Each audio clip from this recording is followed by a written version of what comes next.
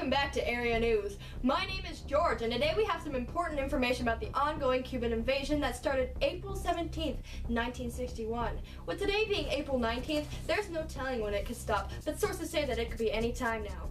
As of this moment, the only news coming out of Cuba is broadcasted by the government-run radio station. All other methods of communication with Cuba have been cut.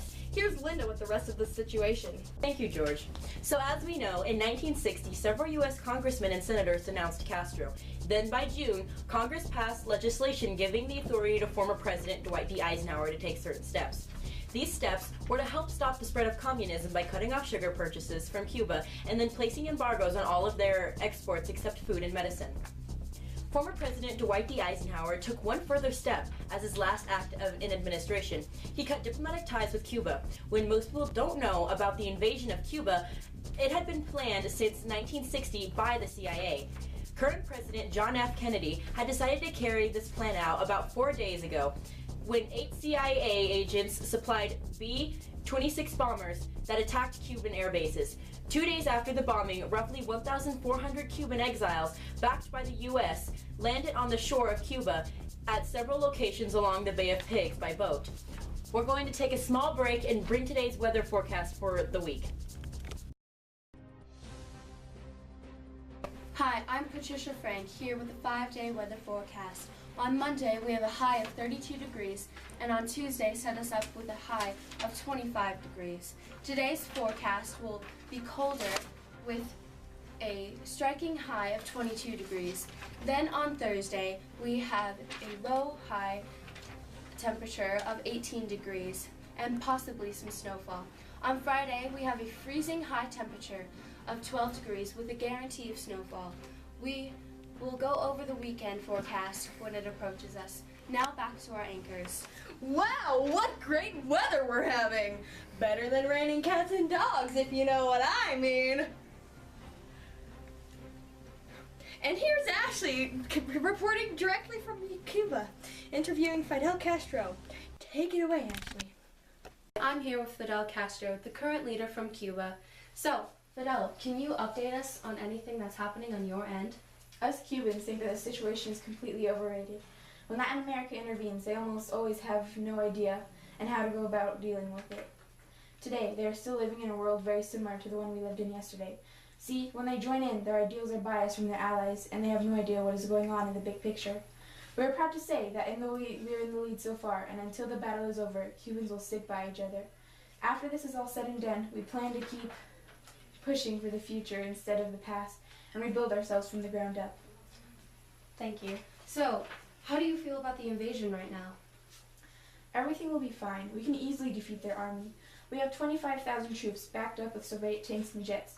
It appears that the U.S. greatly underestimates our military strength and resolve as a free and independent nation from America and interventionism. So, you said that where today they are still living in a world very similar to the one we lived in yesterday. Can you elaborate on that? We have more advanced resources. They're still using old techniques, which will cost them. We don't prioritize any form of government over another, and when a country lends out their hand, we take it.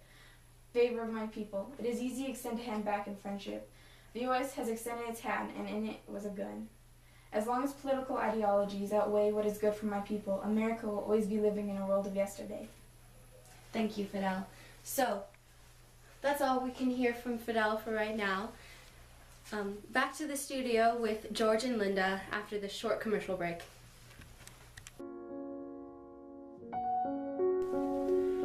Fidel Castro is keeping our troops captive until we give him $53 million worth of baby food and medicine. This child's father was among the men held captive. Donate today to keep this little guy fed.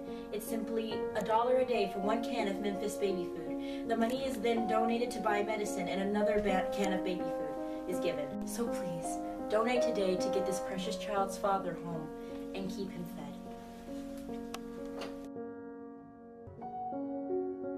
Thank you, Ashley. Wow, gotta get me some of that baby food, am I right, Linda? Oh, this just in! It seems that our invasion force was no match for Castro's troops. The last U.S. stronghold has been captured, along with 1,100 of our American men. Castro is demanding $53 million worth of baby food and medicine. Some people seem to be blaming the CIA for giving our troops false information.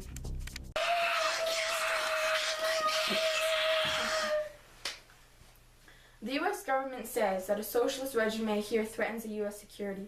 But what threatens the U.S. security of the North American people is the aggressive policy that the warmongers of the United States.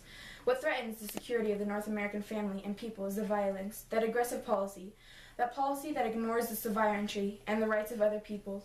There is one who is threatening the security of the United States, is Kennedy. With all that aggressive policy can give a rise to a world war, and that world war can cost the lives of tens of million peoples.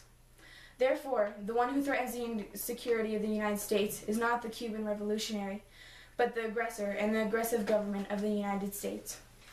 Castro, now that you've delivered your speech, how do you feel?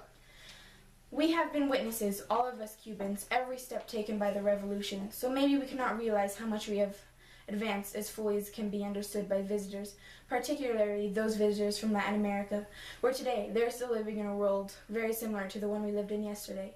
It is as if they were suddenly transported from the past to the present of our revolution, with all its extraordinary progress as compared to the past. We do not intend tonight to stress the merit of what we have done. We merely want to locate ourselves at the point of where we are at the present. Well, thank you, Castro, for providing your perspective on the Cuban invasion. Cuba has won this battle because our strategy was vastly superior to the CIA's. Thank you very much. Now that we have heard all about the invasion is over and we have all the information leading up to it, there isn't much really to say. So thank you for sticking around, and this is Ashley Peterson signing out from Area News. Good night. It seems now it's time to wrap up our news segment for today.